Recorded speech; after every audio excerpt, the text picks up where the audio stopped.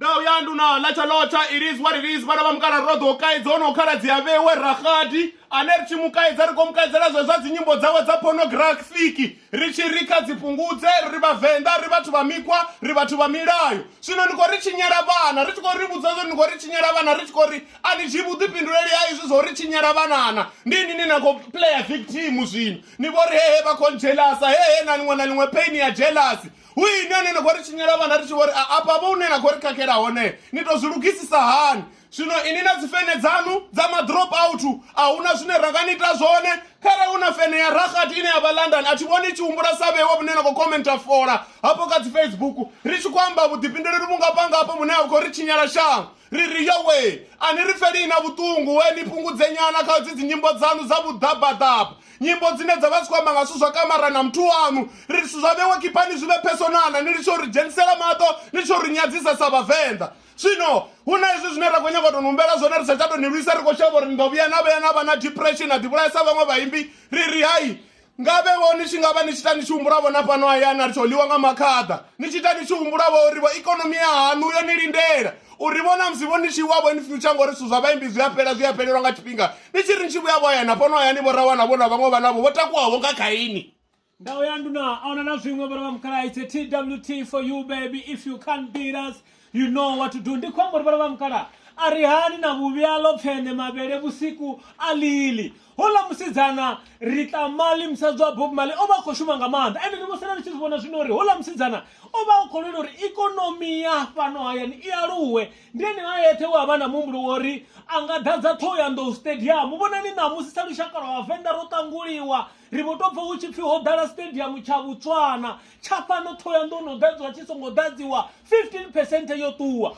arichamba kadzi dentara vana vamukala ndikombori dentara wakara dzavo rine ufuna ukubudu kari vana ukubudu achikubuya na 12.5 ya mgaya achiri ndikobva ujaiva ndange mara ndidiona uku jaiva ni vava makadha va Northern Province boys ndivone vane vako benefita economy yotuwa rikotoliwa masi arichivangarara vana vamukala why savavenda risafunani risatikedzani risasapotani ratakurana kula musidzana wavo rine Mutshemo nene katakuliwa vana vamukala Mutshemo riwana kurua future na mina zote nono mtukana wa Khuhu hoyu prifix future riwo vana vamukala ndikwambori awane uroto vana vamukala uboto umropita music atoita zva Khuhu una karadzi awane ko performance zvabudi uone ula watho inonga ya basa varinyi Remzi kawane the future naye vaibi vahayani vatakuliwa ndikwambori ndizvamini zvine muvenda rutakuwa havototakuwa ene tekula uone kula na ula varinyi hoyu wachitoko mazwale wa makadzi ndikombori naye kezvi asa future riwe vana vamukala ndikombori sorushakoro wavenda hele fungo ralisedza ngambiti aringakoni vona solution yalo ngauri zvinera kutota zvone zvauri venda loti litakuwe husitakuwe mutumuti atonga muima woga ngori musini chivovuya pasi apa nditoona usina unena kuti owerwa hone unena na dototi kwa hone nditonovuya pasi nerijabanira na zvinongo zvina varoi husina na varoi umafungo ori vana vamukala arongo humbulelana musi zvichikadhitenda musi richena chipinga zvino vavenda we kari richova personal nane amafene amakadzi amadrop out ane musi richiyamba ngoma vavakokomenta fora vakokomenta vutsi yo swine